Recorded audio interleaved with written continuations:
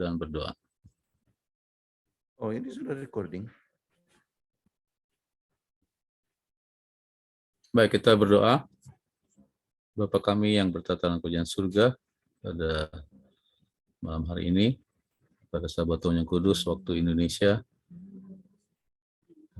di sebagian di dunia timur, telah tiba di Sabaton yang kudus, dan pada saat ini kami akan memulai pembahasan sekolah sahabat di ruang PGSSI yang akan dipimpin oleh Pendeta Kuntaraf, merapi beliau dengan kuasa Roh Kudus, dan juga semua yang mengambil bagian, baik itu yang membacakan ayat, dan juga moderator, Bu Peggy nanti akan join. Kiranya Tuhan memberkati kami. Bila sukacita Sabatonnya menjadi weekend kami, internet dan juga gadget ataupun device yang kami pakai, Tuhan berkati dengan jaringan yang baik, yang kuat, cuaca yang baik, sehingga kami bisa mengikuti dengan seksama dan dengan penuh sukacita. Berkati juga para partisipan yang sedang berusaha untuk join, Tuhan memberkati mereka agar mereka segera join di PGSSI ini. Pimpin acara ini dari awal hingga akhir, kami sembahkan dalam nama Yesus. Amin. Silakan Pak Pendeta Kuntaraf.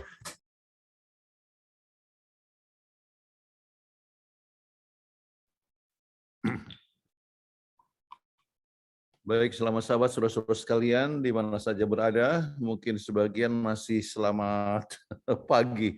Saya lihat Ibu Glinawati dari North Carolina, ya, masih selamat pagi di sana. Ya. Oke, yang dari Belanda, ya, kita masih selamat siang. Baik, kita akan belajar bersama-sama, ya. Saya coba share screen. Oke.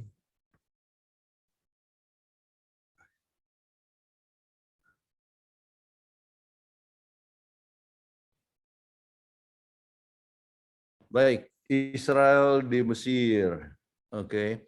Untuk pendahuluan kita biasa berikan bagian akhir daripada kita sebutkan tentang bagian akhir daripada buku Kejadian apa saja yang termasuk di situ. Kemudian mengapa pelajaran ini penting. Kemudian bagian akhir daripada buku Kejadian, akhir periode bapa leluhur dan kematian Yakub dan Yusuf. Seluruh keturunan Yakub menjadi orang asing di Mesir. Ya. Kata-kata terakhir daripada buku ini adalah apa? Sebuah peti mati di Mesir. Itu berbicara mengenai masalah Yusuf. Ya, sejarah kesejahteraan tampaknya keselamatan nampaknya tidak memiliki akhir yang bahagia. Namun inilah bagian daripada buku yang paling nyaring dengan pengharapan. Kenapa? Pengharapan untuk juru selamat, pengharapan untuk masa depan, pengharapan untuk kembali ke Kanaan itu kita dapatkan di sana, ya. Kemudian profil daripada Israel sebagai umat Allah nampak pada permukaan, ya. Angka penting 70 sebab mereka jumlahnya 70 orang, ya. Merupakan bagian daripada keluarga Yakub, mengingatkan itu termasuk juga kepada Yusuf, ya, mengingatkan membaca akan perjalanan rohani bangsa ini, ya. Kemudian adanya pengharapan untuk masa depan yaitu kembali ke tanah Kanaan. Ini adalah satu poin yang sangat penting daripada pelajaran. Kemudian, mengapa pelajaran ini penting? Kita belajar prinsip teologia yang mendasari adalah bahwa Allah dapat mengubah kejahatan menjadi kebaikan. Ini satu perkara yang luar biasa. Sering kita merasa kecewa dengan apa yang terjadi, tetapi ingatlah Tuhan dapat mengubah kejahatan menjadi kebaikan. Kemudian kita belajar bagaimana Yakub memberkati anak-anaknya, ya, dan memprediksi, dan pada saat ia memberkati, memprediksikan masa depan apa yang terjadi kepada ke-12 suku bangsa Israel dan kedatangan Mesias masa depan yang akan menyelamatkan Israel dan bangsa-bangsa. Oke. Kita belajar pelajaran yang dibagikan Yusuf kepada saudara-saudaranya untuk menguatkan dan meyakinkan mereka. Tetapi yang lebih penting adalah membuka mereka terhadap keselamatan dunia dari Allah. Jadi prinsip pengampunan yang diberikan oleh Yusuf itu bukan hanya sekedar, ya, apa yang dibuat oleh Yusuf kepada saudara-saudaranya, tetapi juga itu adalah suatu pengampunan yang Tuhan telah siap berikan kepada kita masing-masing. Ya, satu hal yang luar biasa. Oke. Nah, apa yang kita dapat pelajari dari ayat hafalan? Kejadian 47 ayat 27. Silakan, siapa? Ya. Joy. Maka diamlah Israel di tanah Mesir, di tanah Goshen, dan mereka menjadi penduduk di situ. Mereka beranak cucu dan sangat bertambah banyak. Oke. Jadi mereka tinggal di mana? Di tanah Goshen. Ya. Kenapa Goshen? Sebab di situ adalah satu daerah yang subur luar biasa sekali. Bapak Yusuf coach ya supaya dia punya saudara-saudara itu boleh tinggal di tanah yang sangat baik ini. Ya, dan mereka beranak cucu dan sangat bertambah banyak, dan itulah yang menyebabkan Keluaran mulai dengan dari pasal 1 menunjukkan bahwa mereka sudah jumlahnya sangat banyak sekali. Oke. Nah, sekarang kita lihat garis besar pelajaran ya. Kita boleh sebutkan 3 bagian. Pertemuan Yakub dan Yusuf, kemudian Yakub dan keluarganya di Goshen, kemudian kematian Yakub dan peristiwa sesudahnya ya. Jadi itu yang kita akan pelajari dalam 3 bagian ini. Nah, sekarang pertemuan Yakub dan Yusuf, apa yang meyakinkan Yakub bahwa anaknya Yusuf masih hidup? Oke, Kejadian 45 ayat 26 sampai 28. Mereka menceritakan kepadanya, Yusuf masih hidup, bahkan dialah yang menjadi kuasa atas seluruh tanah Mesir. Tetapi hati Yakub tetap dingin, sebab ia tidak dapat mempercayai mereka. Tetapi ketika mereka menyampaikan kepadanya segala perkataan yang diucapkan Yusuf, dan ketika dilihatnya kereta yang dikirim oleh Yusuf untuk menjemputnya, maka bangkitlah kembali semangat Yakub, ayah mereka itu. Kata Yakub, cukuplah itu, anakku Yusuf masih hidup. Aku mau pergi melihatnya sebelum aku mati. So, bayangkan seorang yang disangka mati, tetapi ternyata masih hidup. Itu adalah satu kabar yang gembira sekali. Saya rindu kalau boleh anak saya yang sudah mati itu dapatkan berita, oh dia masih hidup. Waduh, ya itu adalah satu hal yang sangat menggembirakan. Oke, makanya dia katakan cukuplah anakku Yusuf masih hidup. Enggak, aku mau melihatnya sebelum aku mati. Ya, bayangkan dalam usia 130 tahun dan selama ini dia selalu sedih sekali memikirkan anaknya itu, dan ternyata anaknya masih hidup. Oke, baik, kita coba lihat perginya Yakub meninggalkan Kanaan. Dia pergi dengan penuh pengharapan. Kenapa? Kepastian bahwa dia tidak akan kelaparan lagi. Yang kedua adalah kabar baik bahwa Yusuf masih hidup. Ya, pasti memberikan satu momentum ya bagi Yakub untuk bersedia meninggalkan tanah perjanjian paling sedikit untuk sementara kali. Kemudian Yakub menggemakan pengalaman Abraham, meskipun dalam kasus Abraham dia menuju kepada tanah perjanjian. Ya, jadi meninggalkan. Ya. Nah, tetapi ia sekarang pergi ke Mesir. Excuse me. Yakub mendengar janji yang sama yang Abraham dengar dari Tuhan, yaitu bahwa dia akan menjadikan bangsa-bangsa yang besar, menjadi bangsa yang besar. Kemudian panggilan Tuhan di sini juga mengingatkan pada perjanjian Tuhan dengan Abraham. Dalam kesempatan Tuhan menggunakan kata-kata yang meyakinkan yang sama. Apa itu? Jangan takut.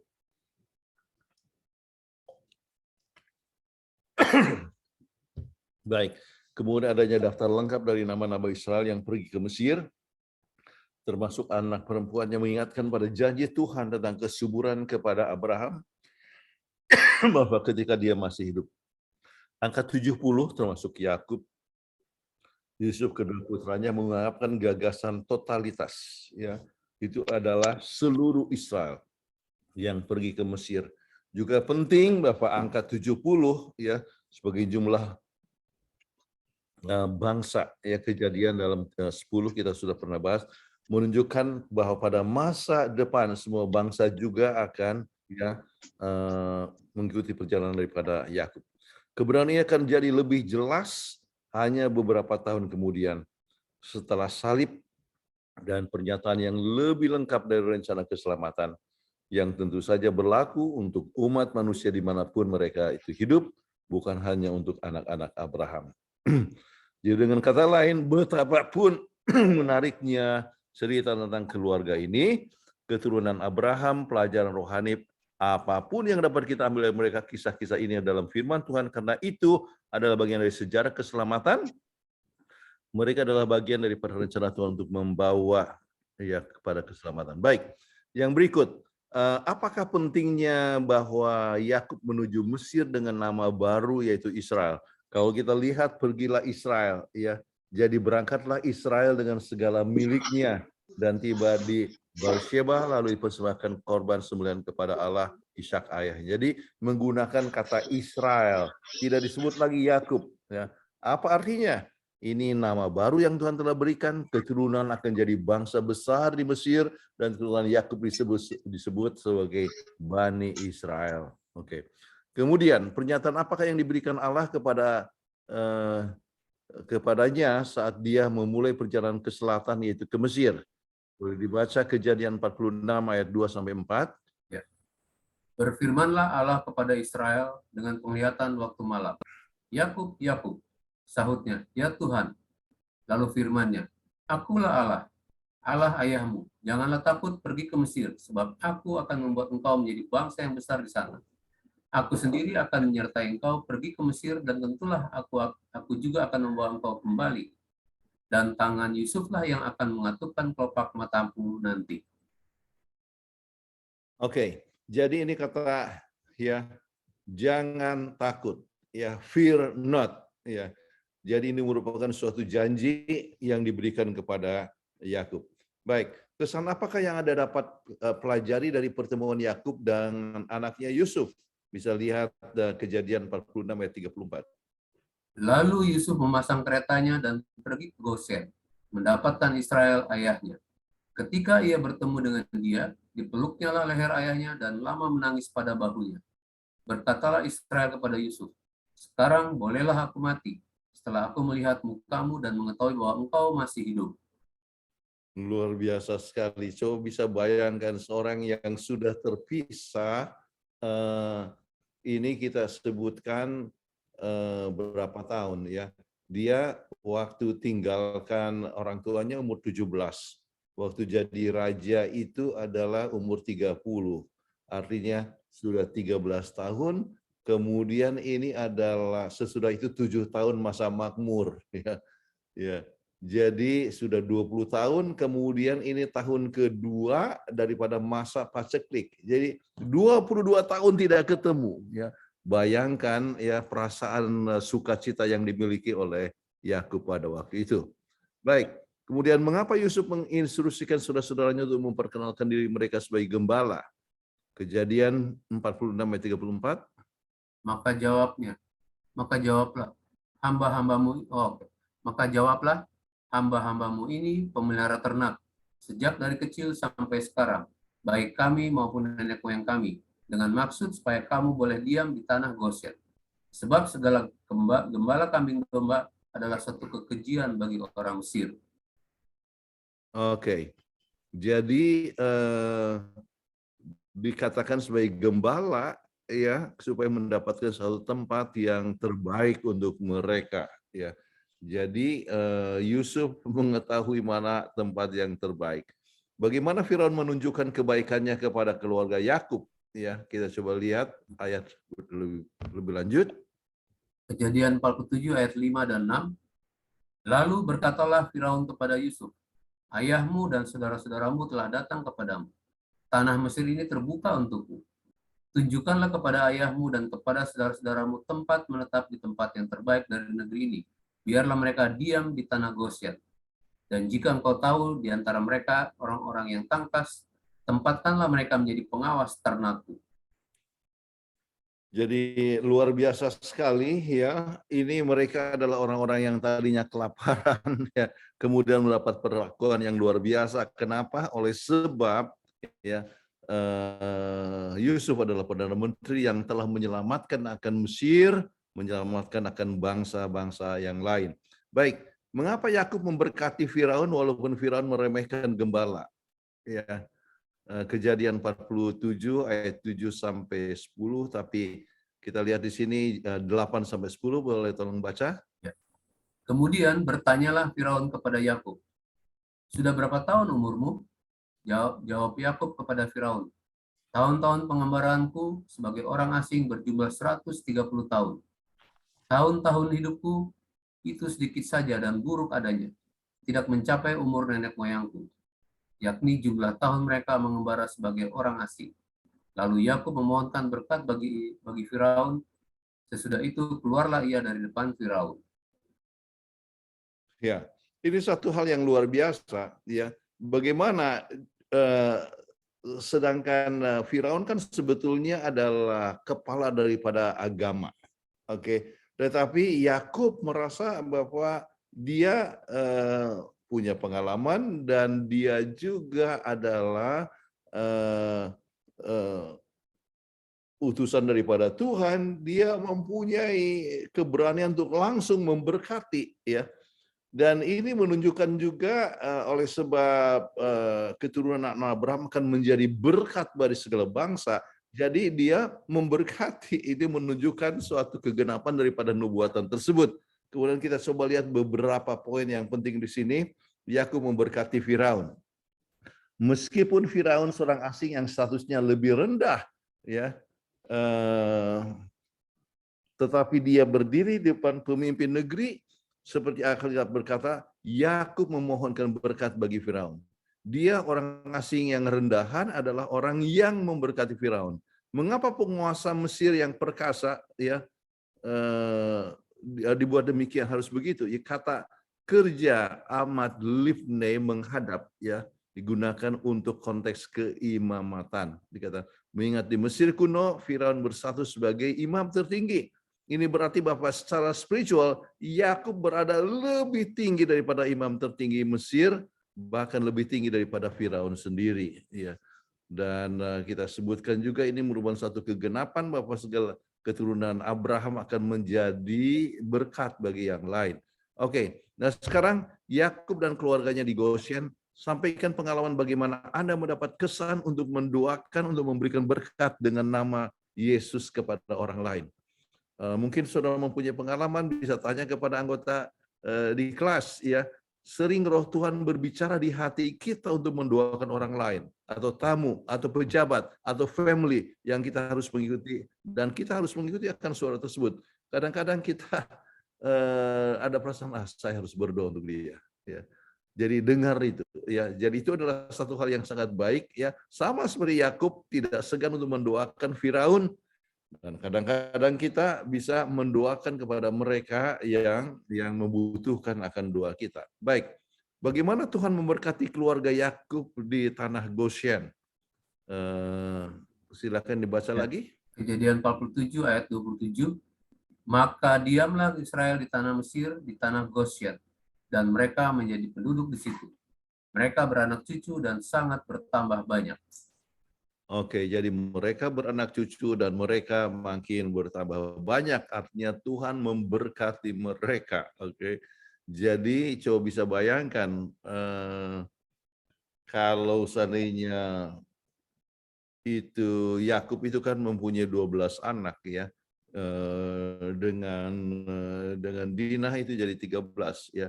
Jadi kalau tiap-tiap anak itu mempunyai jumlah banyak lagi, wah itu artinya multiplikasi, ya, jumlah yang sangat banyak sekali. Oke. Mengapa Yakub mulai memberkati kedua anak Yusuf, yaitu Manasye dan Efraim, hanya kedua cucu yang pernah diberikan oleh Yakub? Artinya kan dia punya banyak sekali cucu, tetapi kenapa dia memberkati akan anaknya Yusuf, ya? Kejadian 48 ayat 1 sampai 3. Sesudah itu ada orang mengatakan kepada Yusuf, "Ayahmu sakit." Lalu dibawanyalah kedua anaknya, Manasye dan Efraim. Ketika diberitahukan kepada Yakub, "Telah datang anakmu Yusuf kepadamu," maka Israel mengumpulkan segenap kekuatannya dan duduklah ia di tempat tidurnya. Berkatalah Yakub kepada Yusuf, "Allah yang Maha Kuasa telah menampakkan diri kepadaku di Luz, di tanah Kanaan, dan memberkati aku." Oke. Berapa poin, artinya cukup panjang kita dapatkan ayat-ayat, tetapi hal yang penting kita mau coba lihat di situ, dua putra Yusuf, Manasye dan Efraim adalah satu-satunya cucu yang telah diberkati oleh Yakub. Dengan demikian mereka diangkat dari status cucu menjadi status anak laki-laki. Ya.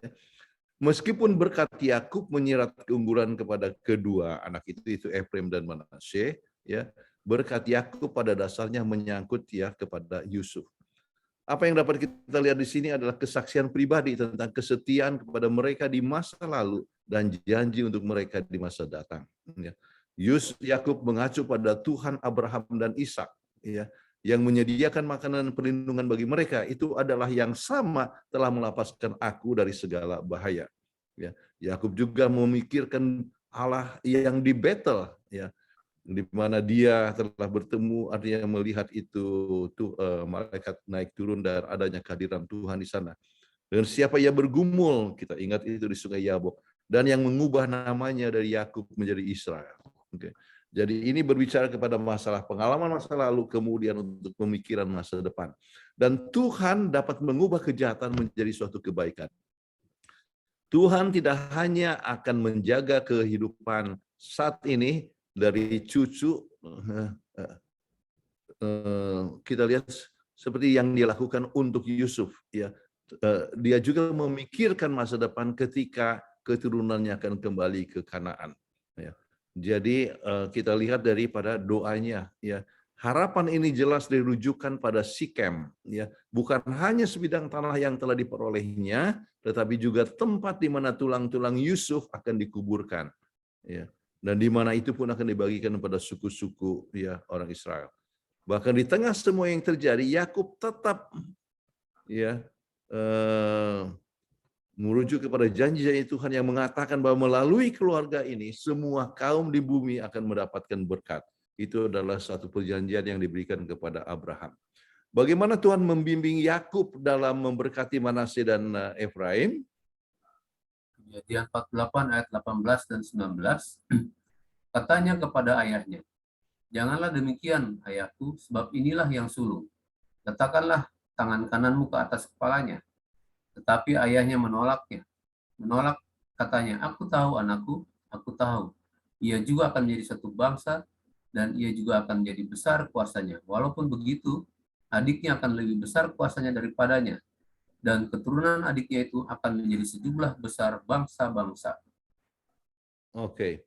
Jadi itulah yang telah terjadi. Jadi Yusuf mau coba membimbing tangan ayahnya, tetapi Yakub merasa bahwa dia sudah mengetahui apa yang terjadi.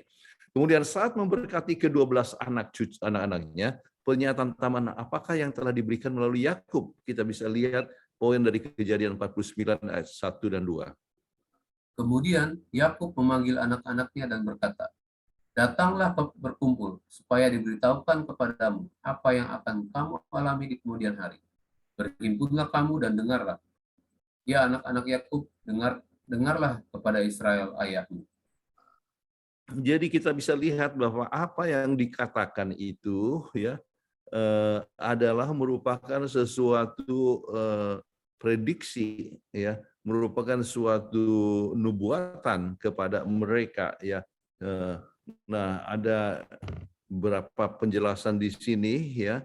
Dua berkat Yakub. Berkat-berkat ini pada kenyataannya adalah nubuatan yang meramalkan masa depan, ya. Kata Ibrani be'akharit yamin di kemudian hari adalah ungkapan teknis yang merujuk pada kedatangan Raja, seorang Mesias dan keselamatan dalam eskatologis. Ya. Oleh karena itu teks mengenai berkat Yakub saat bergerak dari anak pertama, ya, Ruben, anak terakhir Benyamin, diilhami oleh situasi nubuatan eskatologis. Ya. Jadi itu dengan suatu ilham daripada Tuhan, Yakub ya bisa mengetahui apa yang terjadi, dan itulah yang dikatakan kepada mereka, tetapi juga berdasarkan apa yang telah menjadi pengalaman daripada anak-anak itu sendiri, ya. Jadi misalnya kepada Ruben orang yang sudah mencemari akan tempat tidur daripada bapaknya, kemudian akibatnya dia tidak mendapatkan hak sulung. Kemudian Simeon ataupun Lewi yang telah melakukan suatu kejahatan, ya, dan sebagainya, sampai akhirnya hak sulung itu diberikan kepada Yehuda. Jadi berdasarkan apa yang telah mereka buat, tetapi juga itu menunjukkan suatu nubuatan apa yang terjadi di yang akan datang. Jadi ini adalah ketiga kalinya dalam kitab Kejadian bahwa suatu berkat ditujukan kepada sekelompok, ya. Berkat kolektif pertama adalah berkat Tuhan atas Adam dan Hawa, kemudian yang kedua adalah berkat Nuh untuk ketiga putranya, kemudian berkat Yakub lebih terkait kepada Nuh karena apa? Keduanya adalah berkat Bapa bahkan kutukan, ya. Keduanya berisikan nubuatan-nubuatan khusus yang mengungkapkan perjalanan masa depan anaknya. Kedua berkat muncul di awal era generasi baru. Dan keduanya menandai bahwa langkah awal keturunan generasi baru. Dan karena itu berkat Israel memiliki cakupan yang universal. Kenapa? Sebab berkat-berkat tertentu diakhiri dengan referensi tentang suku Israel, 12 jumlahnya. Ya, itu adalah penyebutan Alkitabiah. Pertama dari 12 suku. Tidak ragu-ragu bahwa masa depan seluruh bangsa Israel dan kegagalan dan keberhasilannya sudah terlihat, ya, dari apa yang dikatakan kepada mereka. Jadi pentingnya doa berkat daripada Yakub. Di luar nubuatan tentang sejarah langsung dari suku-suku, Yakub melihat Mesias dan pengharapan keselamatan yang utama. Harapan ini adalah ditujukan pada kata-kata pertama yang dikatakan di kemudian hari. Ekspresi teknis yang mengacu pada kedatangan seorang raja, ya, atau Mesias. Ayat tersebut kemudian melewati garis masa depan, ya, daripada masing-masing orang ini. Jadi ini bukanlah takdir yang ditentukan, ya. Jadi bukan takdir, tetapi sesuatu nubuatan, tetapi juga berdasarkan apa yang telah terjadi kepada mereka. Seolah-olah Tuhan berkehendak bahwa masing-masing akan menghadapi apapun mereka hadapi, melainkan itu adalah ekspresi dari apa yang karakter mereka dan karakter anak mereka akan bawa. Jadi karakter ikut membentuk, ya, akan masa depan mereka. Tuhan mengetahui misalnya bahwa seorang yang akan artinya mereka yang tidak bersalah adalah hal yang sangat berbeda dari kehendak Allah agar si pembunuh itu melakukannya. Baik. Kemudian, ya, nubuatan apakah mengenai Mesias yang Anda dapat melalui ramalan Yakub mengenai anaknya Yahuda? Silakan. 49 ayat 8 sampai 10. Yehuda, engkau akan dipuji oleh saudara-saudaramu, tanganmu akan menekan tengkuk musuhmu, kepadamu akan sujud anak-anak ayahmu. Yehuda adalah seperti anak singa. Setelah merekam, engkau naik ke suatu tempat yang tinggi, hai anakku. Ia meniarap dan berbaring seperti singa jantan atau seperti singa betina. Siapakah yang berani membangunkannya? Tongkat kerajaan tidak akan beranjak dari Yehuda, ataupun lambang pemerintahan dari antara kakinya. Sampai dia datang yang berhak atasnya, maka kepadanya akan takluk bangsa-bangsa. Oke. Jadi kita bisa lihat ini merupakan suatu nubuatan. Coba lihat tongkat kerajaan tidak akan beranjak, ya, dari Yehuda. Kemudian lambang pemerintahan, ya. Kemudian maka kepadanya akan takluk bangsa-bangsa. Ini berbicara kepada, ya, keturunan masa depan, kepada Raja Daud misalnya, sampai kepada Mesias. Oke. Nah, dulu untuk masa depan Yahuda. Di atas kehendak kebebasan manusia, Tuhan mengetahui masa depan. Dan Dia telah mengatur bahwa melalui Yahuda, ya, maka akan datang, artinya Mesias di masa akan datang. Yehuda yang digambarkan dengan seekor singa yang mengacu kepada kerajaan dan pujian. Yehuda akan menghasilkan Raja Daud, tetapi juga Silo, yaitu yang akan membawa shalom, damai sejahtera, karena akan takluk bangsa-bangsa. Ini berbicara mengenai masalah Mesias, ya. Orang Yahudi, ya, telah lama melihat ini sebagai suatu nubuatan kedatangan seorang Mesias untuk masa yang akan datang.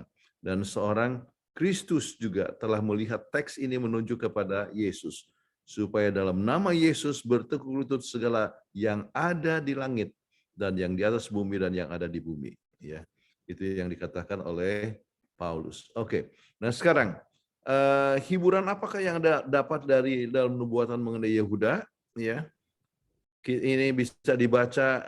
Apakah Peggy sudah sampai di rumahnya?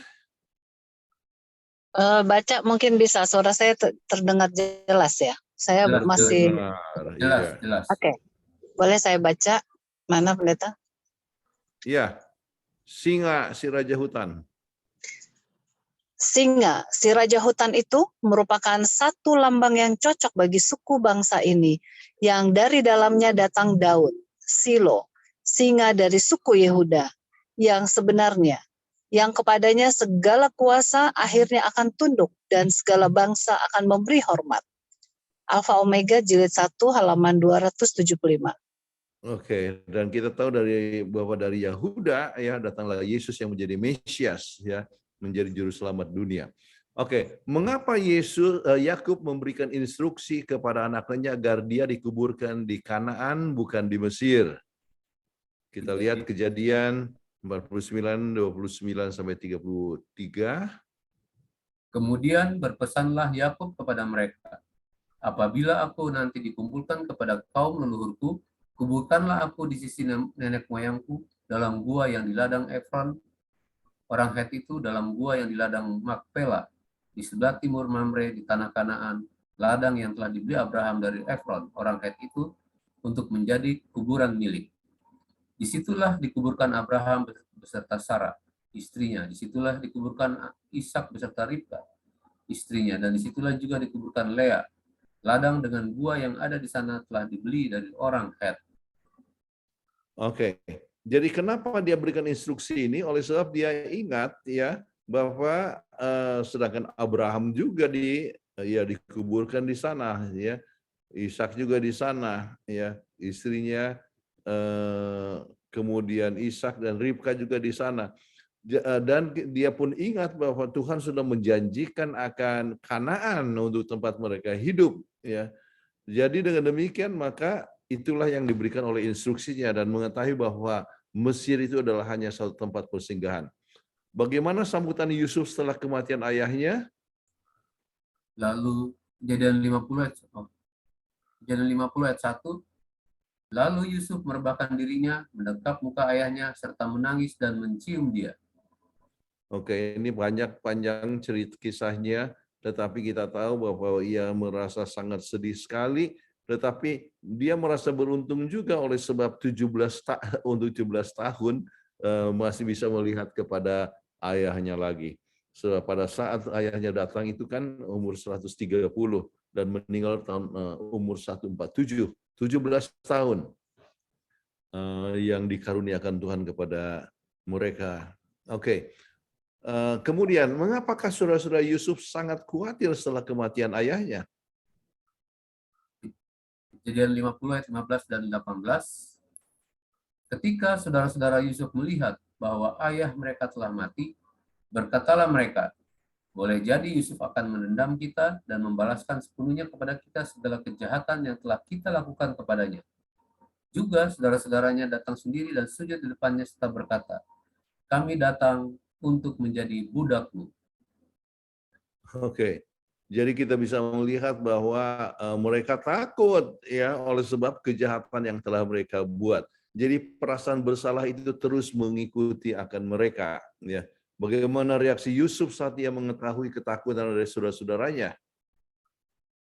Kejadian 50 ayat 17b dan 19 sampai 20. Lalu menangislah Yusuf ketika orang berkata demikian kepadanya. Tetapi Yusuf berkata kepada mereka, janganlah takut, sebab aku inikah pengganti Allah? Memang kamu telah mereka-rekakan yang jahat terhadap aku, tetapi Allah telah mereka-rekakannya untuk kebaikan dengan maksud melakukan seperti yang terjadi sekarang ini, yakni memelihara hidup suatu bangsa yang besar. Luar biasa, dia bukannya dendam ya. Dia tidak dendam tetapi melihat bahwa adanya suatu perkara yang positif. Mengapa hal itu telah terjadi? Luar biasa sekali. Bagaimana kita dapat mengalami kebebasan sepenuhnya dari perasaan bersalah oleh sebab kegagalan dan dosa masa lalu? Sering bukankah pada masa yang lalu kita telah ya melakukan suatu kesalahan dan kemudian kadang-kadang kita diikuti dengan perasaan bersalah ya. Tetapi kita harus ingat ya, Yohanes 1 ayat 9, jikalau engkau mengaku segala dosa, ya, dan mengaku segala dosa kita, maka Tuhan itu setia dan adil dan mengampuni kita daripada segala kesalahan, ya, dosa dan kesalahan. Jadi kalau kita mengaku, ya, kalau kita lihat kepada satu ayat yang lain, misalnya di dalam buku Yesaya pasal yang ke-26 ayat yang ke-3, ya. Yang hatinya teguh kau jagai dengan damai sejahtera, sebab kepadamulah ia percaya. Faktor yang sangat penting adalah kepercayaan. Kalau kita percaya bahwa Tuhan itu sudah mengampuni dosa kita, maka kita tidak ada lagi perasaan bersalah. Tetapi kalau kita masih punya perasaan bersalah, ya, padahal kita sudah mengaku dosa kita, maka itu bukan lagi dari Tuhan, ya.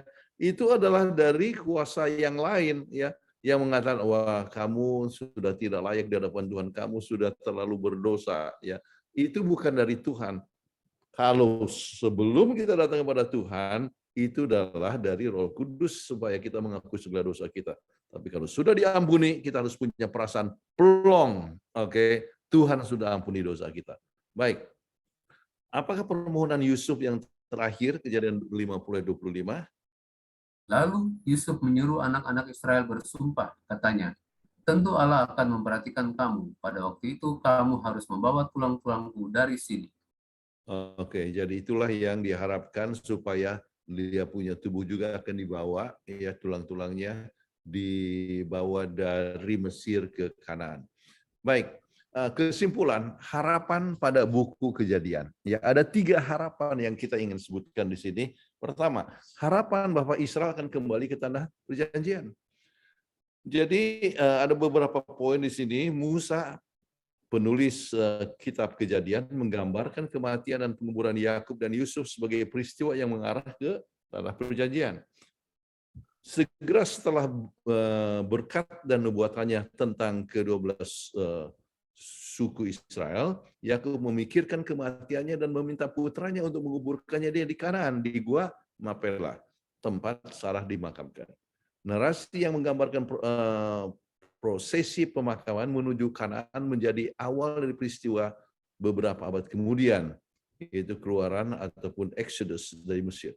Jadi itu poin-poin menunjukkan bahwa harapan bahwa Israel akan kembali ke tanah perjanjian. Kemudian faktor yang kedua adalah harapan bahwa Tuhan akan mengubah kejahatan menjadi kebaikan. Ya. Setelah kematian dan penguburan Yakub, saudara-saudara Yusuf mengkhawatirkan masa depan mereka. Mereka takut bahwa sekarang Yusuf akan membalas dendam. Mereka datang kepada Yusuf dan bersujud di hadapannya, siap menjadi hambanya. Ya. Itu skenario yang mengingatkan kepada mimpi nubuatan daripada Yusuf. Yusuf meyakinkan mereka, akan mengatakan kepada mereka, janganlah takut. Ya, rasa yang menunjukkan ke masa depan. Jadi Tuhan dapat mengubah kejahatan menjadi kebaikan. Ya, karena apa yang rekakan kejahatan terhadapnya, Allah telah mereka-reka untuk kebaikan dan mengubah jalannya. Perjalanan itu menuju keselamatan dibandingkan dengan ayat-ayat tersebut, ya. Artinya walaupun begitu banyak kegagalan manusia, pemeliharaan Tuhan akan mengambil alih. Jadi Tuhan dapat mengubah dari kejahatan menuju kepada suatu kebaikan.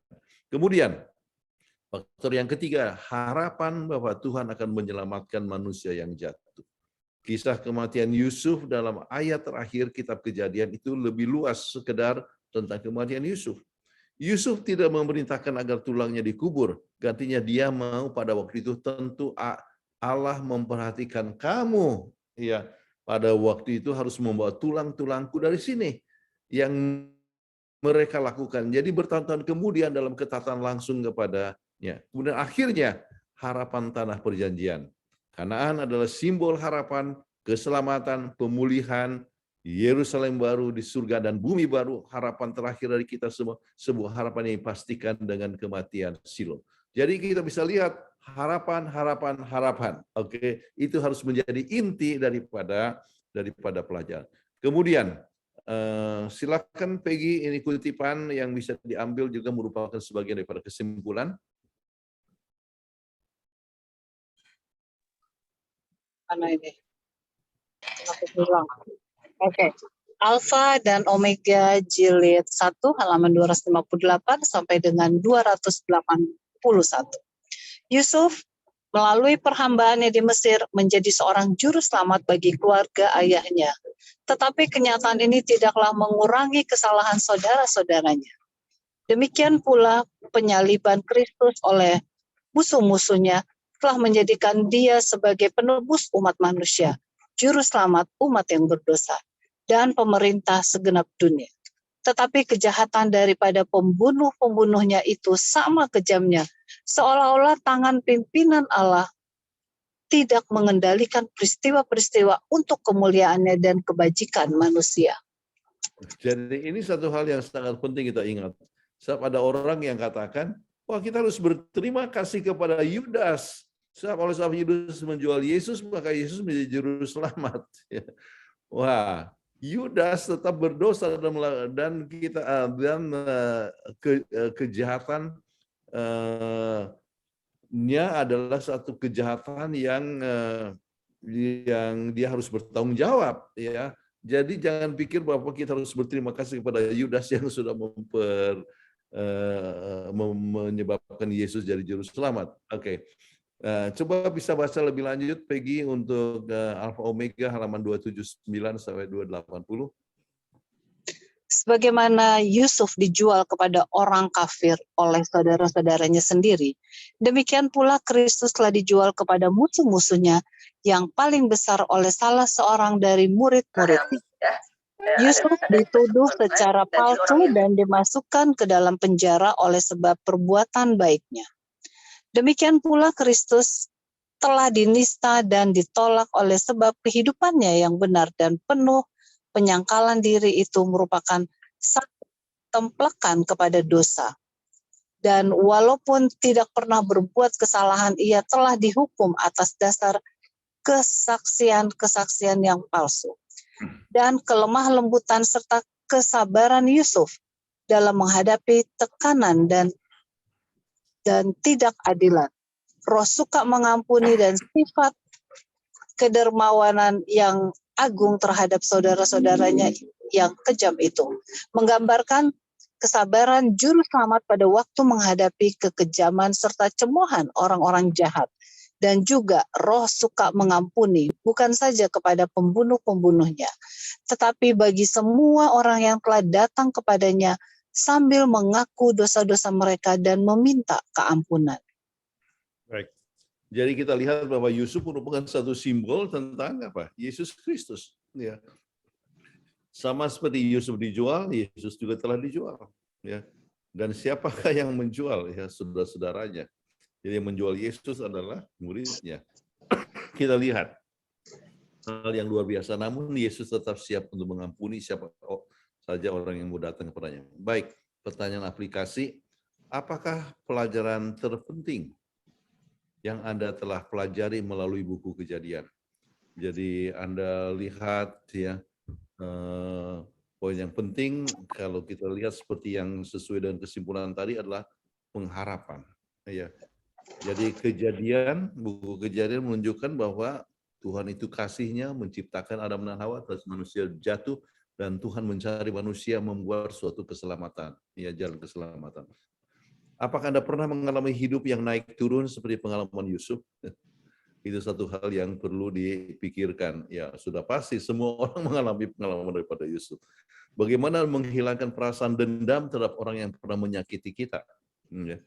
Jadi saya percaya hanya memandang kepada Yesus saja kita bisa mengatasi masalah itu. Ya. Orang menyakiti kita, mungkin juga pasangan kita ataupun orang yang kita anggap orang yang kita percayai ternyata menyakiti kita. Ya. Itu perasaan dendam itu hanya dapat kita atasi kalau kita memandang kepada salib Yesus Kristus. Apakah yang kita bisa buat dengan pelajaran ini pada minggu mendatang? Ya. Jadi apakah kita hanya simpan ini saja pelajaran atau kita mau ingin hidupkan atau kita ingin juga untuk menyampaikan kepada orang lain. Baik, saya rasa itulah pelajaran yang kita telah pelajari. Nah, sekarang kita ambil waktu untuk tanya jawab. Ya, pertanyaan? Ya, sudah ada Iya. pertanyaan? Baik, terima kasih Pendeta Kuntaraf dan terima kasih Daniel. Daniel bisa tolong juga nanti bergantian ya membacakan pertanyaan. Oke, untuk pertanyaan yang pertama, silakan Saudara Daniel untuk membacakan. Pertanyaan yang pertama dari Saudara Sukanta Purba, Pak Pendeta. Yakub dapat memprediksikan berkat kepada anak dan cucunya. Apakah ini menggambarkan imannya? Karena sekarang ini tidak ada seorang bapak, bahkan pendeta sekalipun melakukannya. Mohon pencerahan Pak Pendeta. Oke, ada faktor yang sangat penting, ya. Bapak Yakub mengenal akan anak-anaknya. Dia tahu akan kelemahan-kelemahannya.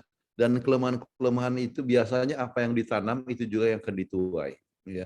Jadi kalau misalnya anak itu nakal, kita dapat memprediksi apa yang terjadi dengan anak itu.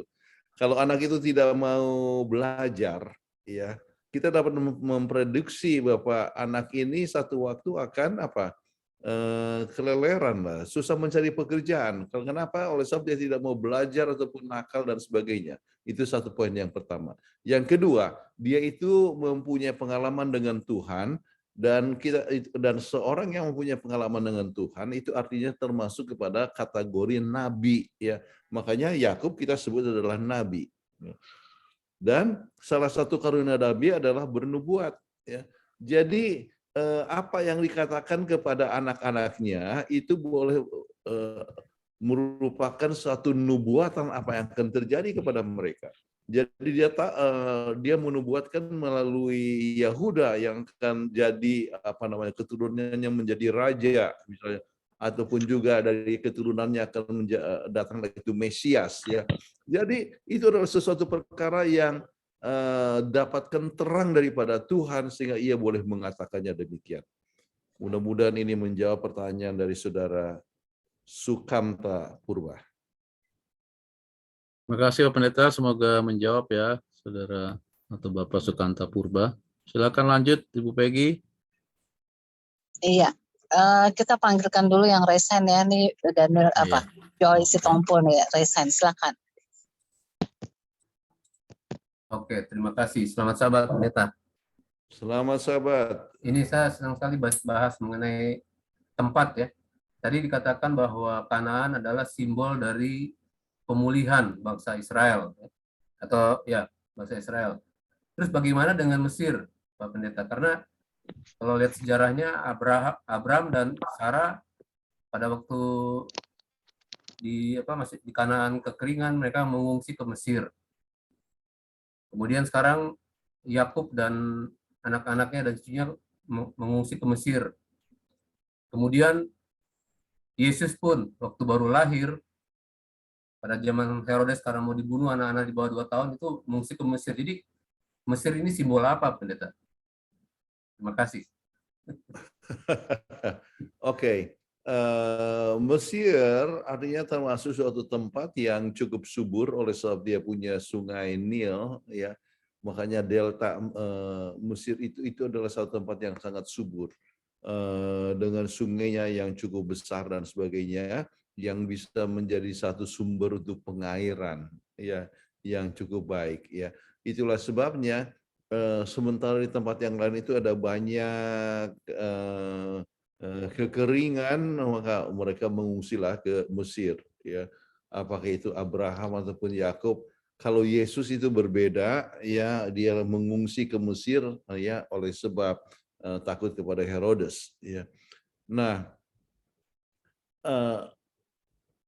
permasalahannya daripada Mesir kita adalah bahwa walaupun itu adalah tempat yang subur, maka mereka bukan termasuk di dalam umat Tuhan.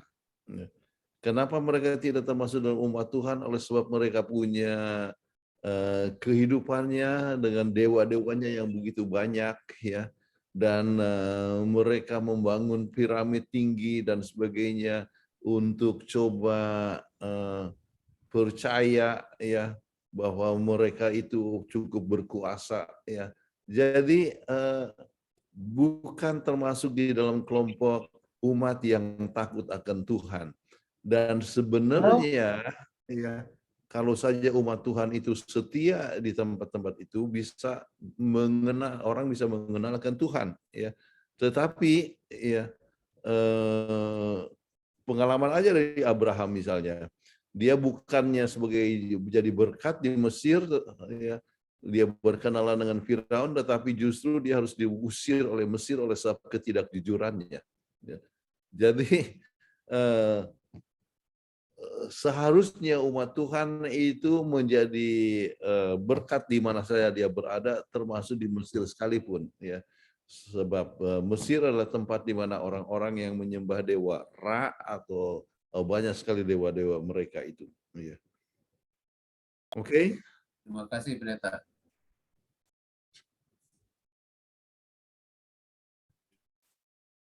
Lanjut, Bu Peggy. Lanjut, Bro Daniel, saya mau siap-siapin laptop. Oke.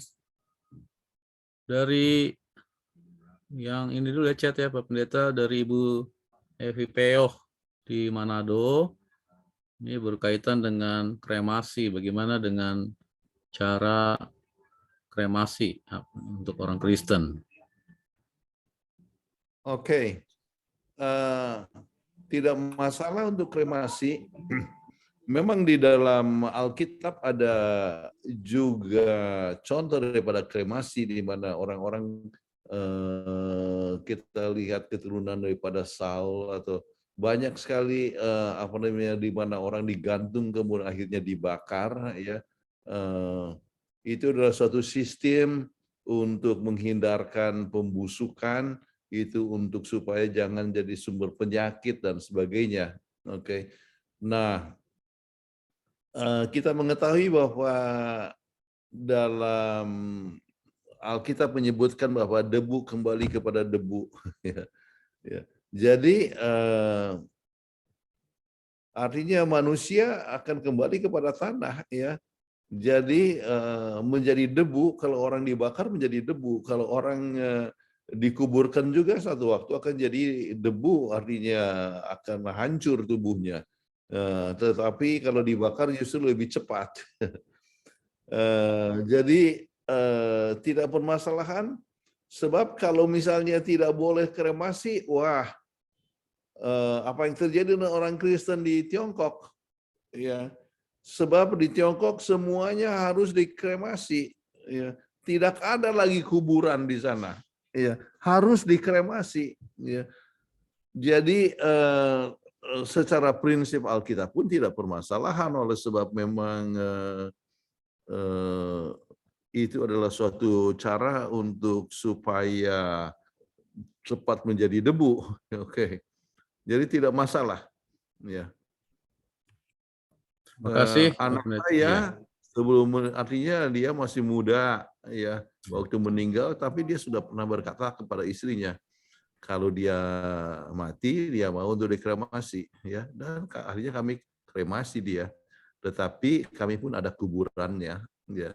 Jadi dikuburkan juga supaya untuk kenangan di mana kami bisa datang untuk mengingat, ya, akan anak kami.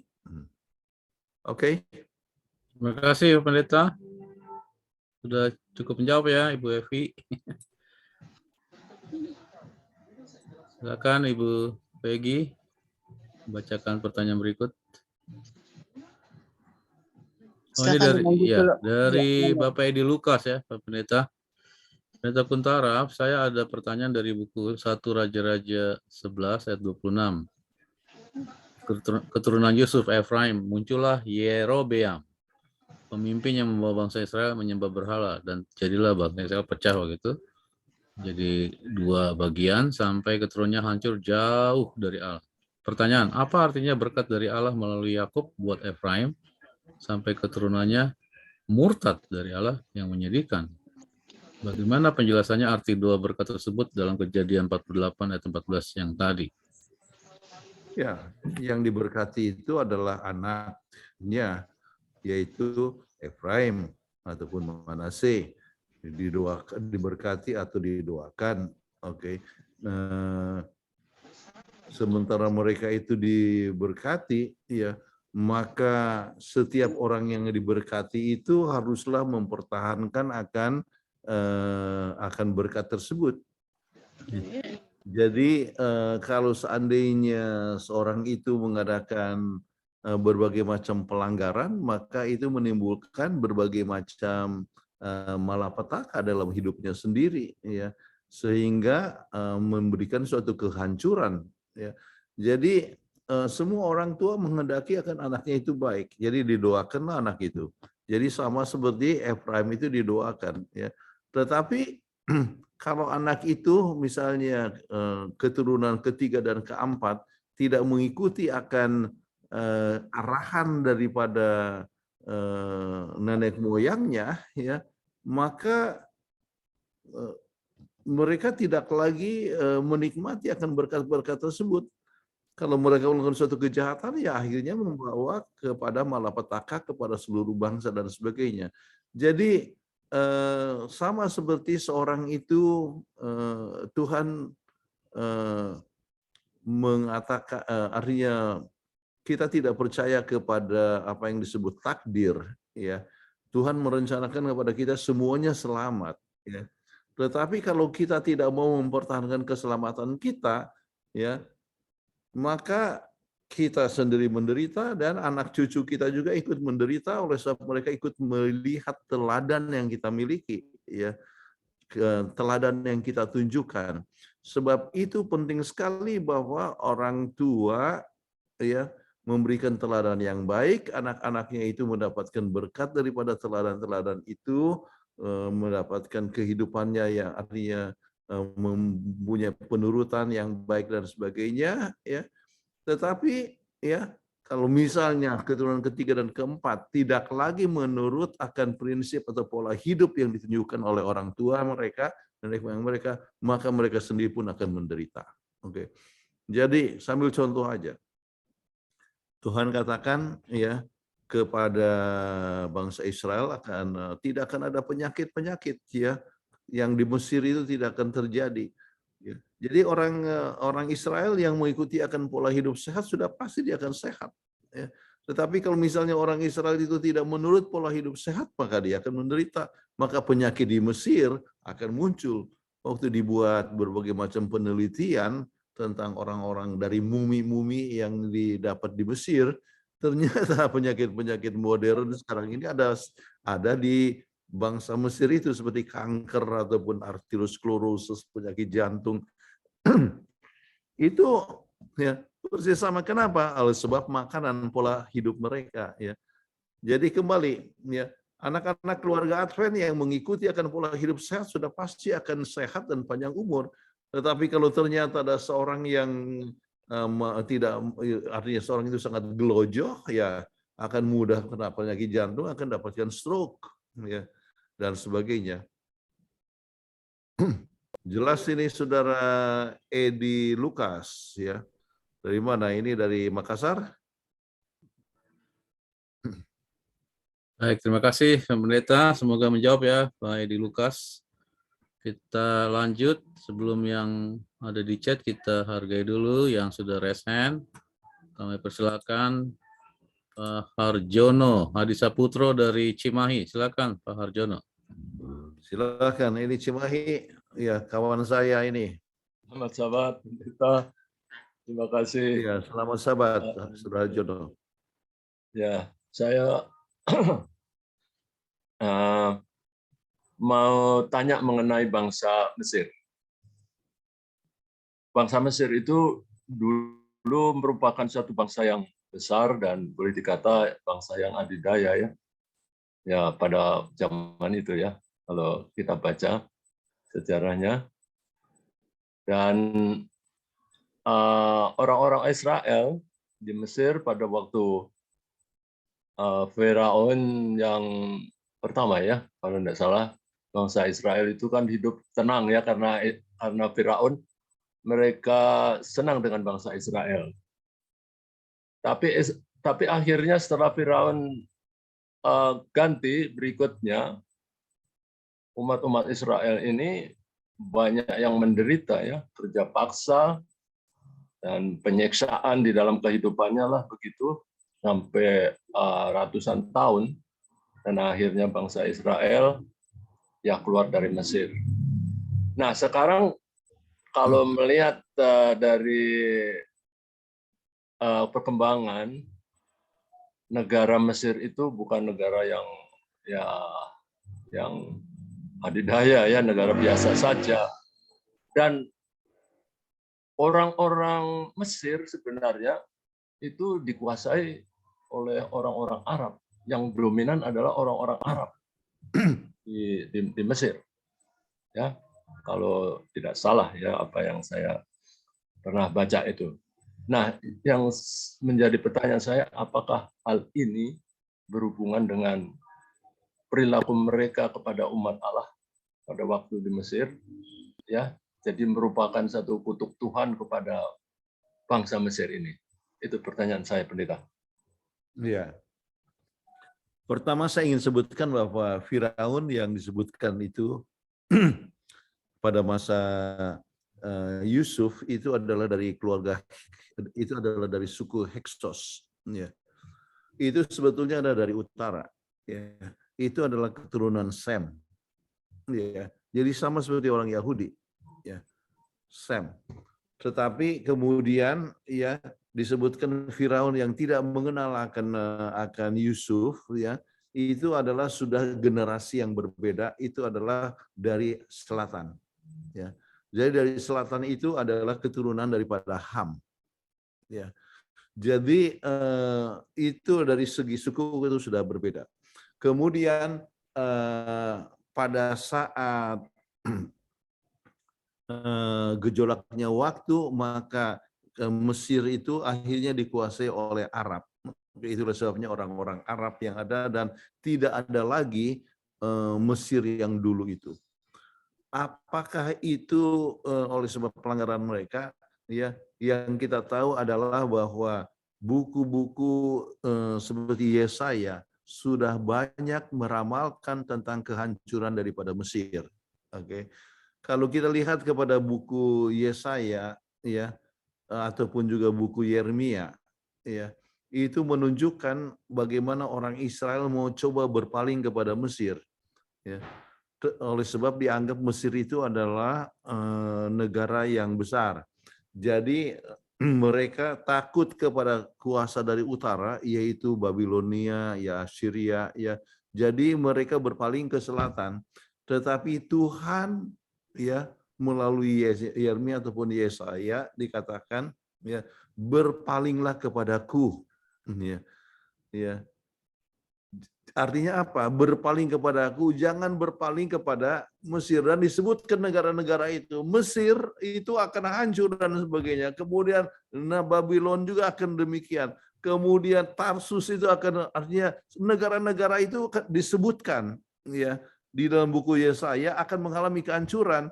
Jadi apakah kehancuran itu oleh sebab mereka punya pelanggaran kepada orang Mesir, kepada orang Israel, ya, bisa jadi demikian, ya. Namun yang jelas adalah bahwa semua bangsa yang tidak bertuhan akan mengalami kehancuran. Jelas, oke. Jadi apakah Babylon, apakah juga bangsa itu kan negara-negara besar, oke. Jadi mengalami akan kehancuran, ya, sampai boleh dikatakan musnah. Kalau kita pergi ke Babylon sekarang itu, ya apa yang dikatakan oleh Yesaya itu betul-betul terbukti, ya. Babylon itu sekarang menjadi tempat sarang-sarang serigala. Tidak ada lagi Babylon itu. Mesir juga, kalau kita pergi ke Luxor atau ke Karnak, ya, kita hanya lihat puing-puing, kita lihat apa namanya pilar, ya, tiang yang tinggi sekali, bagus, tetapi apa? Hanya menunjukkan kejayaan masa lalu, kejayaan masa lalu, tetapi sudah tidak lagi berarti, yang hanya ya piramid hebat, ya, jadi tempat turis saja. Ya. Jadi suatu tempat artinya segala umat manusia yang tidak bertuhan akan mengalami berbagai macam malapetaka, ya, kehancuran. Oke, mudah-mudahan menolong pertanyaan daripada Saudara Harjono. Ya, terima kasih, Pendeta. Baik, Terima terima Ya. kasih Ya. Harjono. Kita lanjut ya, Pak Pendeta. Ini dari Pak Gunawan Cahyadi, Pendeta. Izin tanya, Pastor, kenapa kita sebagai orang Kristen tidak boleh berterima kasih kepada Yudas? Kan tanpa dia yang berani tampil beda, ramalan atau nubuatan janji Allah tentang penyelamatan sebagai ciptaan Allah serupa dengannya tidak akan terjadi seperti saat ini. Bagaimana menghubungkan kisah Yakub beserta keturunannya dengan kenyataan harapan Tuhan untuk tetap dapat menyelamatkan manusia yang telah jatuh dalam dosa? Silakan, Pak Pendeta. Ini sangat hal yang menarik, Saudara Gunawan Cahyadi. Oke, baik, kita tidak perlu berterima kasih kepada Yudas sebab Tuhan mempunyai berbagai macam cara bagaimana seorang itu bisa, artinya Yesus bisa menjadi juru selamat. Tidak harus melalui Yudas, ya. Tidak harus melalui Yudas. Jadi Yudas menjualkan Tuhan kita, ya. Kemudian Yesus mati, ya, oleh sebab yang dibuat oleh Yudas. Tetapi memangnya harus dijual, ya. Memangnya harus dikhianati oleh muridnya sendiri. Bisa saja dia menjadi juru selamat itu dengan cara yang lain, yaitu melalui kejahatan daripada Herodes ataupun Pilatus, ya, dengan tanpa melalui penjualan daripada saudaranya, artinya muridnya sendiri, ya. Jadi siapa saja yang telah melakukan kejahatan ini adalah merupakan alat daripada setan, dan kita tidak perlu berterima kasih kepada alat daripada setan. Itu pertama. Kemudian dikatakan apa pertanyaan berikut? Menghubungkan kisah Yakub beserta keturunannya terhadap harapan Tuhan untuk tetap menyelamatkan manusia. Iya. Bagaimana menghubungkan kisah Yakub beserta keturunannya, kenyataan harapan Tuhan untuk tetap dapat menyelamatkan manusia yang telah jatuh dalam dosa. Oke. Jadi melalui Yakub, ya, maka datanglah Yesus Israel, ada Yahuda, kemudian turun-temurun, akhirnya dapatkan Yesus sebagai juru selamat. Jadi kalau mau menghubungkan Yesus menjadi juru selamat, ya ada dengan hubungannya dan Yakub. Yakub adalah nenekmu, artinya kakek moyang daripada Yesus Kristus. Ya, artinya itu hubungannya bahwa keselamatan datang dari orang-orang Yahudi. Oke. Sebab itulah yang dipercayakan oleh Tuhan untuk menjadi juru selamat. Oke. Baik, terima kasih Pak Pendeta. Semoga menjawab Pak Gunawan. Tadi ada kelewat satu, Pak Pendeta, dari Bapak Boy Rehualu. Shalom, selamat sahabat. Mengapa hak kesulungan itu diberikan kepada anak yang lain, bukan anak yang sulung, seperti Yakub dan Yusuf? Dalam hal apa mereka layak menerima hak kesulungan?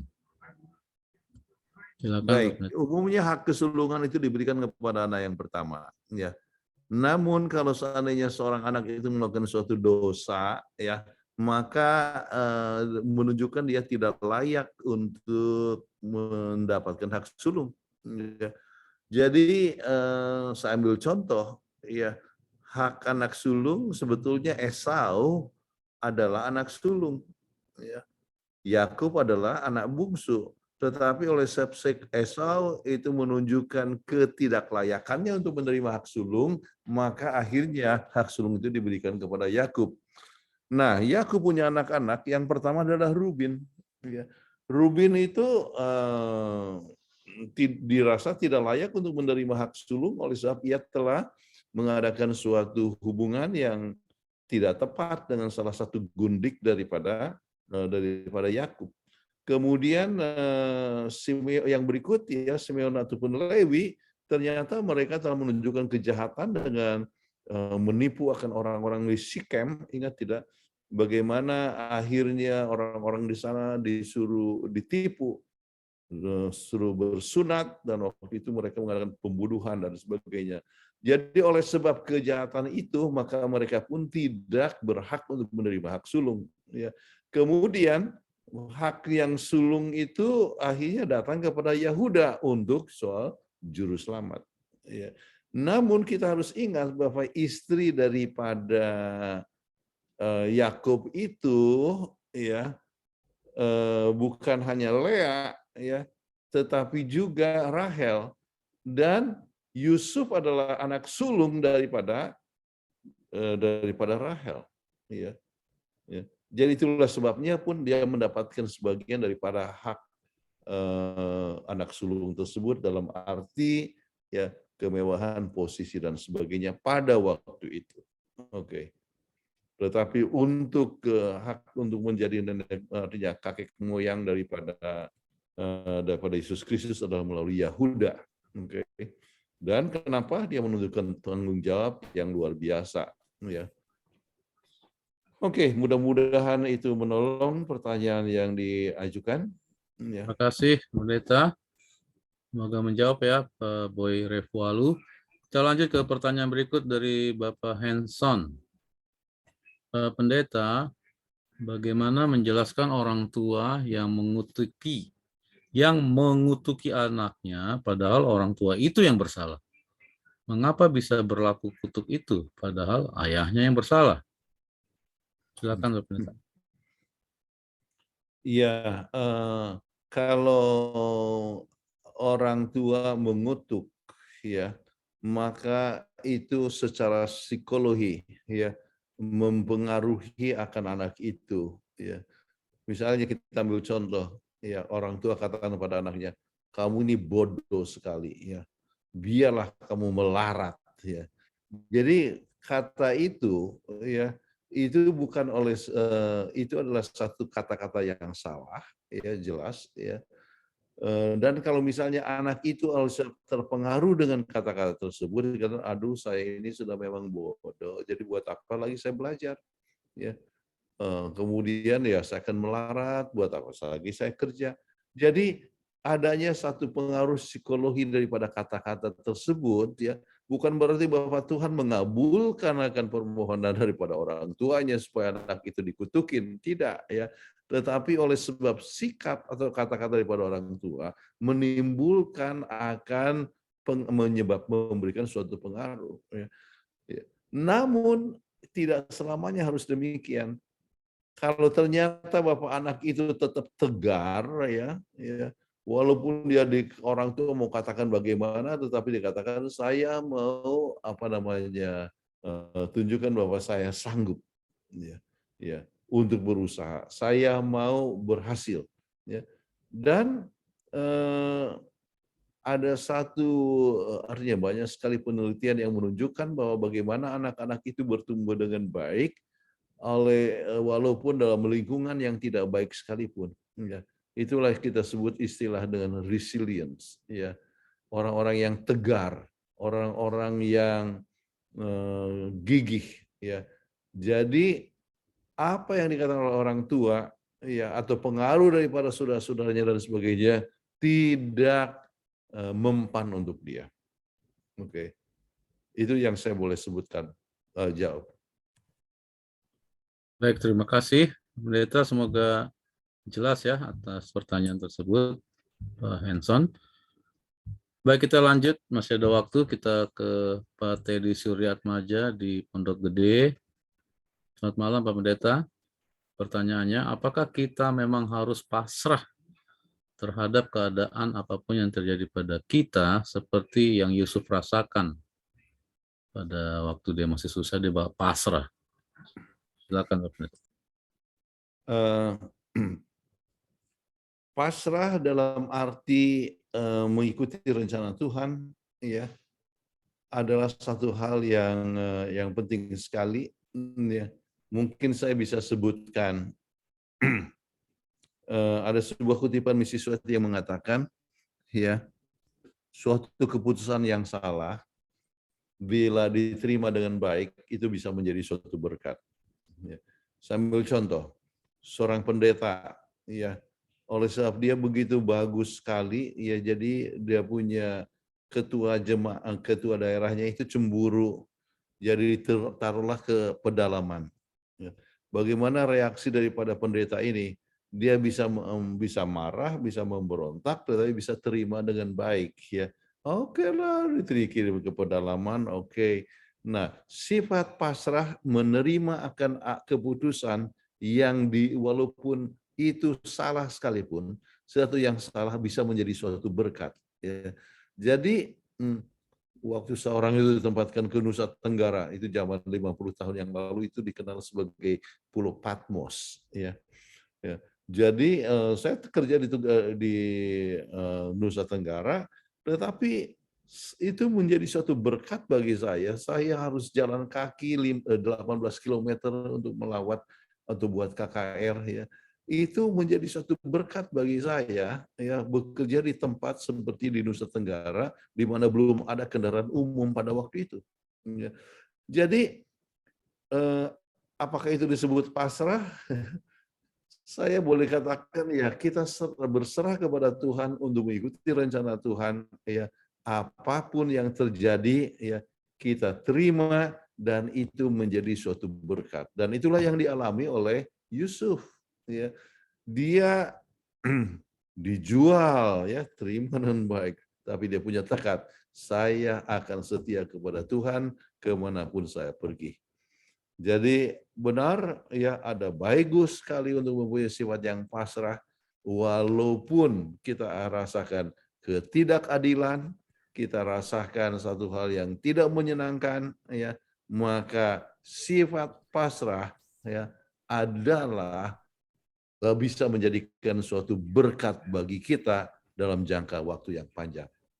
Amin. Terima kasih atas pencerahan yang begitu dalam, ya. Semoga menjawab, ya, Pak Teddy.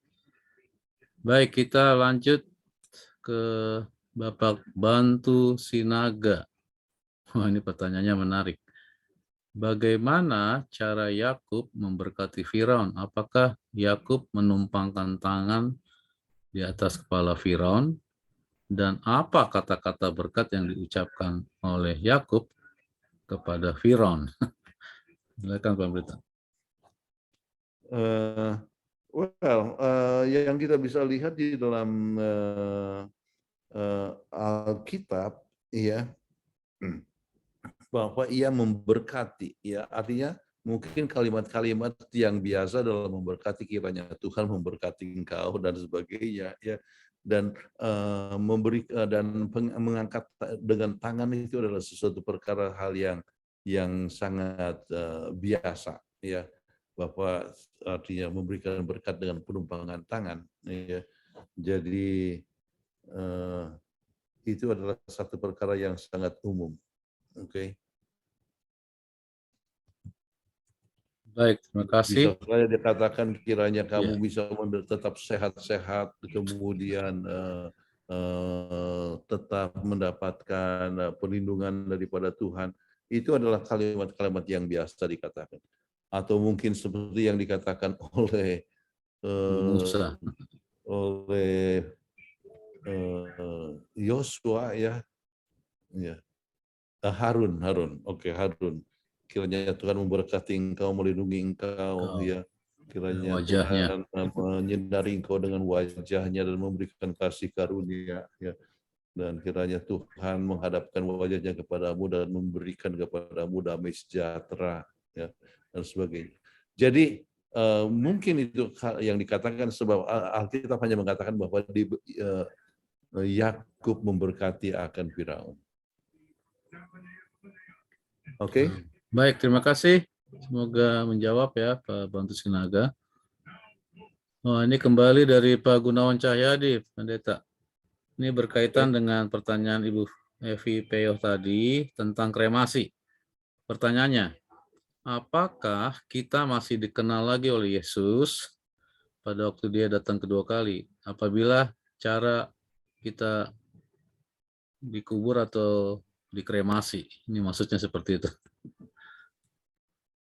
Oh iya, kalau Tuhan bisa menjadikan dari debu ya menjadi manusia yang hidup, ya pada waktu menciptakan Adam dan Hawa, ya kan dari tanah, ya menjadi dihembuskan nafasnya, kemudian akhirnya menjadi makhluk yang hidup.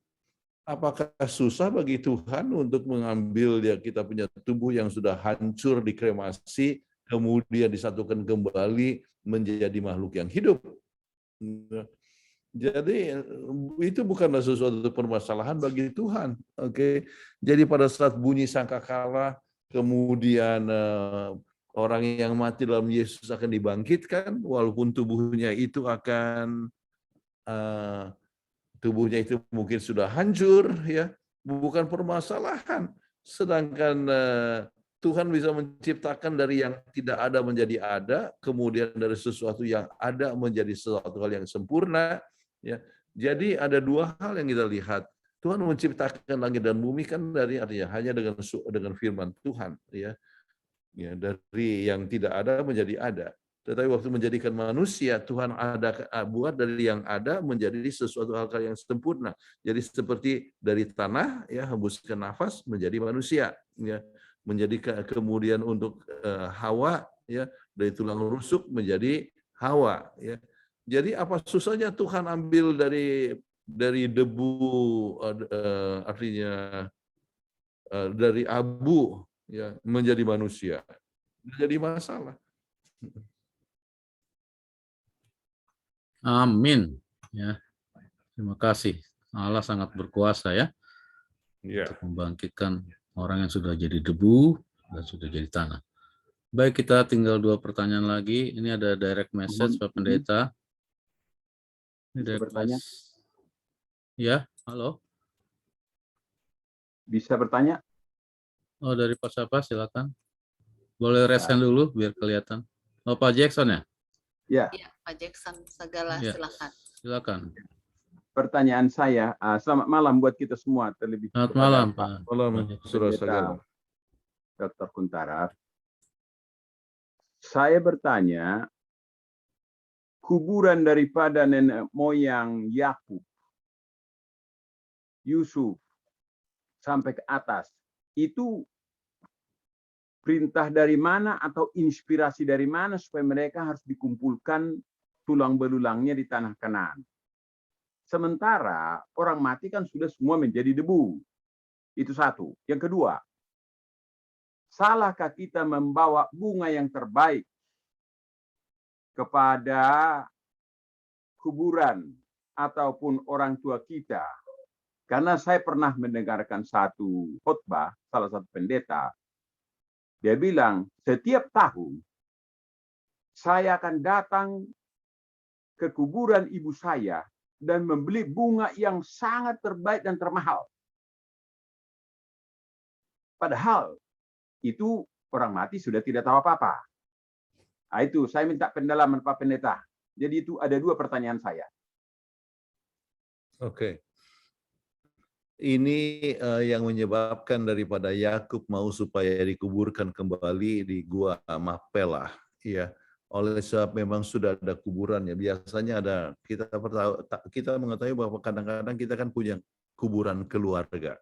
Oke. Iya. Misalnya saya punya bapak itu, ya, ada kuburan keluarga dekat daerah Indramayu sana, ya. Jadi kalau misalnya ke tempat di situ, maka tidak perlu lagi beli lagi dia punya tanah, sudah ada, ya. Kenapa itu? Oleh sebab diturunkan daripada Abraham. Abraham yang membeli itu, ya. Jadi ya untuk dibeli untuk kuburan keluarga,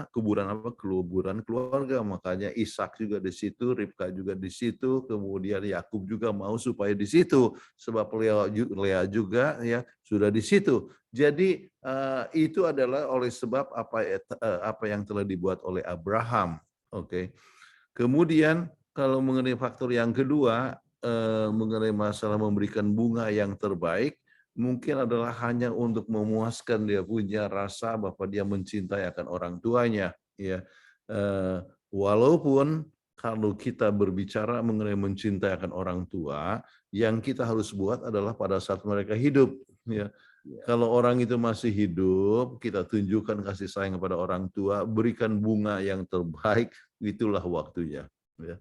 Kalau seandainya sudah meninggal, ya bagaimanapun mahalnya itu bunga, atau ibunya tidak lagi menikmati, ya, tetapi mungkin hanya untuk memuaskan dia punya diri bahwa saya itu mencintai ibu saya. Ya. Jadi sebetulnya yang dia pikirkan bukan soal ibunya, tapi adalah dirinya sendiri. Ya. Untuk kepuasan pribadinya. Ya. Ya. Kepuasan pribadi. Ya. Jadi kalau itu memang keyakinannya, ya terserah, itu adalah dia punya pilihan hidup, pilihannya. Namun bukan berarti bahwa itu adalah sesuatu cara yang terbaik. Saya percaya kalau kita mau menunjukkan kasih sayang kepada ibu kita, itu adalah pada saat ibu kita atau bapak kita masih hidup. Terima Oke, kasih, Pak itu Pendeta. saja yang saya bisa katakan. Ya, terima kasih banyak, Pak Pendeta. Ya. Sudah menjawab ya Pak Sagala. Terima kasih. Terima kasih, Pak. Ya. Oh, ini ada Pak John. Tambah waktu lah ya Ibu Peggy ya. Sedikit lagi. Mari Pak Boleh, John mohon izin. Watupongo. Iya, silakan Pak Ya, John mohon izin. Watupongo. Ya Pak, Pak Pendeta, saya cuma ingin tahu aja, apakah kuburan Abraham dengan keturunannya itu saat ini masih ada di Florida, dan apakah masih dipelihara dengan baik? Sebab ini kan saya nggak pernah dengar nih bahwa itu orang bersiara ke sana. Terima kasih Pak Pendeta. Mungkin lokasinya masih ada, ya. Saya sendiri sudah berapa kali, banyak kali lah ke Israel, ya. Kita ada tempat-tempat yang menjadi tugu, artinya tugu, ya, daripada orang-orang yang lama. Misalnya, ya, tugu daripada kuburan Absalom itu masih ada, ya. Kemudian tugu daripada Rahel itu ada di Bethlehem, ya. Kemudian ada beberapa tempat, ya. Kami akan ke Israel lagi pada bulan Oktober nanti, yang kita akan pergi juga. Salah satu adalah Ezeka, itu adalah tempat di mana Daud, ya, berhadapan dengan Goliat, ya. Ada bukit, kemudian di situ Ezeka, ya, ada tempat. Jadi saya percaya masih ada, dia punya lokasinya, tapi bukan berarti bahwa tulang belulangnya masih ada, ya. Sebab itu kalau sudah lama itu mengalami suatu kehancuran, ya. Saya pernah membongkar akan ikut, ya, di dalam mau coba memindahkan kuburan daripada nenek istri saya. Sudah puluhan tahun itu sudah hancur dia punya tulang-tulangnya, ya. Itu baru puluhan tahun, ya. Apalagi ini sudah Abraham itu kira-kira 1950 sebelum Masehi, oke. Jadi 4.000 tahun yang lalu, ya. Itu sudah pasti sudah hancur, ya. Oke. Tetapi kalau lokasinya itu ada, ya. Lokasi dan tugu peringatannya masih ada di situ. Kalau saya tidak tahu kalau ada tugu peringatannya, sebab saya lihat ada beberapa tempat seperti Absalom ataupun Rahel, ya, ada tempat yang disebutkan inilah tempatnya Rahel dan sebagainya. Oke. Ya, makasih Pak Pendeta. Terima kasih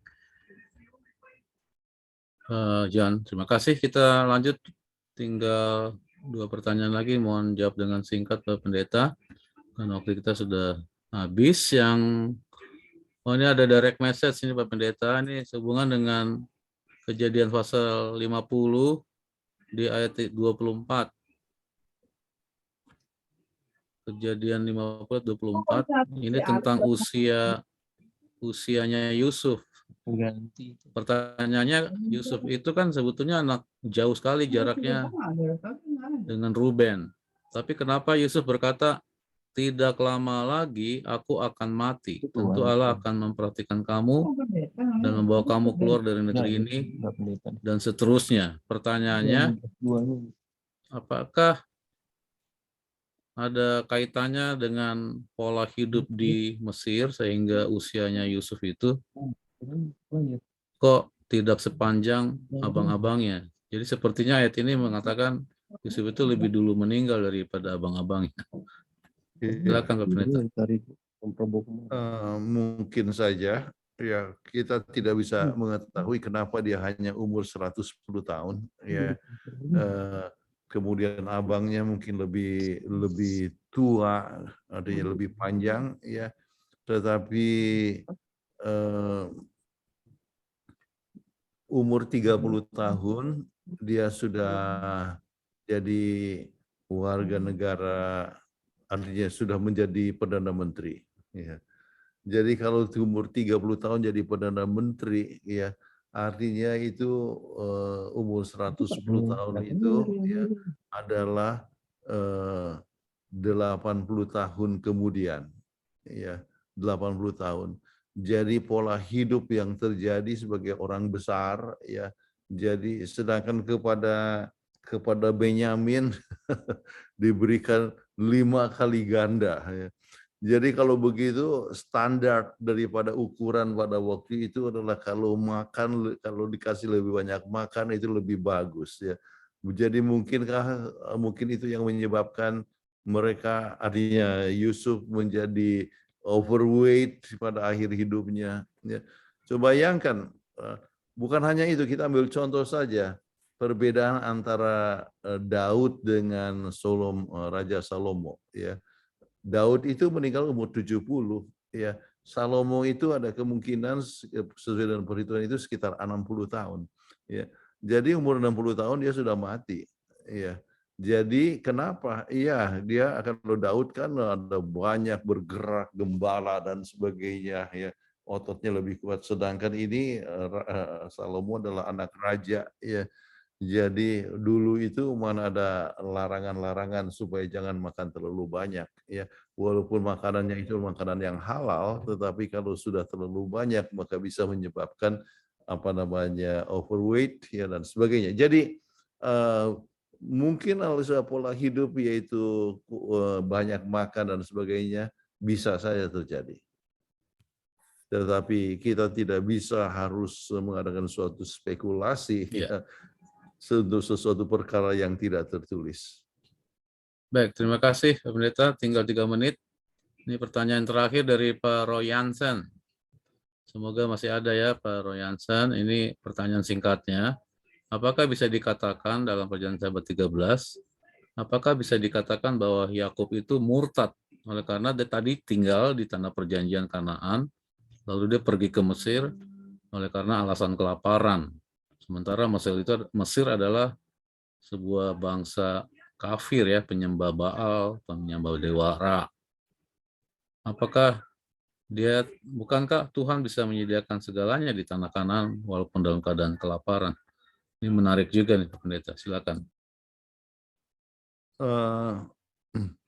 Tidak disebutkan bahwa Yakub itu murtad, ya, sebab dia tetap ingat kepada Tuhan dan justru dalam perjalanan menuju ke Mesir Tuhan berbicara kepadanya, jangan kamu takut, ya. Jadi dia tetap percaya kepada Tuhan. Kemudian dia meninggalkan Kanaan oleh sebab kelaparan dan Tuhan bisa memberikan suatu jalan ya supaya mereka itu terlindung daripada kelaparan, dan itu didapat dengan cara pergi ke Mesir ya. Jadi jalan Tuhan adalah suatu jalan yang ya yang tidak selamanya harus di Kanaan ya, tetapi Tuhan bisa mengizinkan mereka pergi ke Mesir, dan kenyataannya bahwa justru di Mesirlah mereka jadi berkembang biak dengan baik ya, walaupun akhirnya mendapatkan suatu tantangan sesudah berbagai macam perubahan daripada kerajaan itu ya. Jadi saya percaya ini bukanlah suatu hal yang murtad. Tuhan tetap menyertai Yakub sampai Tuhan katakan jangan takut kamu pergi ke Mesir. Baik, terima kasih. Semoga menjawab ya pertanyaan tersebut. Oke, saya lihat di chat sudah selesai, sudah habis. Juga yang resen sudah selesai. Sekali lagi kami ucapkan terima kasih yang sudah merespons pelajaran ini. Topik kita pada pelajaran sahabat 13, pelajaran terakhir. Sahabat depan kita sudah masuk di pelajaran yang baru. Baik, kami kembalikan kepada Ibu Peggy Iskandar Wawor untuk menutup kita punya pembahasan malam ini. Silakan. Terima kasih Saudara Daniel sudah menolong saya pada malam hari ini dan jauh lebih bagus dari kalau saya yang bawakan ya. Jadi terima kasih. Terima kasih Pendeta Kuntara pada khususnya karena pelajaran pada malam ini boleh dinikmati oleh kami semua di PGSSI dan tentunya rekaman maupun PDF tetap akan dibagikan di WA Group maupun di Telegram Group yang belum bergabung bisa ikut bergabung, dilihat di chat ada link yang di-share oleh Saudara Joy Sitampul ya. Dan akan dibagikan pada malam hari ini dan mohon bersabar kalau agak lama sedikit karena ada beberapa kendala teknis tapi tetap dibagikan. Baik, terima kasih sekali lagi untuk semua. Boleh kita akan ketemu lagi sahabat depan walaupun tidak menerima poster misalnya tetap pada Zoom ID yang sama, passcode yang sama dan jam yang sama 18.30. Dan Zoom ini jam 18 sudah dibuka ya. Dan saat ini bagi yang mau berterima kasih kepada Pendeta Kuntara ataupun mau menyapa satu dengan yang lain, saya berikan kesempatan boleh di-unmute semuanya. Selamat sahabat. Doa tutup dulu, Selamat sahabat. Sis Peggy. Oh iya, sorry doa tutup. Tunggu, Maafkan Pak. saya. Pak Jackson Sagala boleh tutup dalam doa? Mari kita sama-sama tunduk kepala untuk berdoa. Bapa kami yang bertahta di dalam kerajaan sorga, terima kasih Bapa, Engkau telah mempertemukan kami dengan hamba-Mu, Pendeta Dr. Kuntara, juga Ibu Peggy, dan juga Pak Sitompul yang sudah memandu acara ini. Kami mendapat berkat rohani yang sangat banyak. Tolong kami Bapa agar meniru teladan daripada hamba-Mu Yusuf. Dalam keadaan susah, dalam keadaan penggodaan yang sangat tajam, dia tetap mempunyai prinsip setia kepada Tuhan. Bapa di sorga, di akhir zaman ini, begitu banyak penggodaan yang datang kepada kami pribadi lepas pribadi. Tapi biarlah sebagaimana Engkau melalui kehadiran Roh Kudus-Mu di hati hamba-Mu Yusuf, biarlah Roh Kudus-Mu yang sama hadir di hati kami, menguatkan kami, agar kami kuat dan menang melawan segala godaan daging dan godaan dunia ini. Bapa di sorga, berkati hamba-Mu Pendeta Kuntara, juga Ibu Peggy, maupun semua peserta yang ada di sini, di dalam kesehatan yang sempurna. Biarlah berkat hari Sabat, berkat 2 kali ganda menjadi milik kami semua. Pertemukan kami Bapa di minggu depan, untuk memperdalam firman-Mu, untuk menambah iman kepercayaan kami. Ampuni kami Bapa dari semua dosa kami. Terima kasih atas segala berkat-Mu. Dalam nama Yesus Kristus kami sampaikan doa ini. Amin. Amin. Amin. Terima kasih Pak Sagala. Amin. Terima kasih. Terima kasih.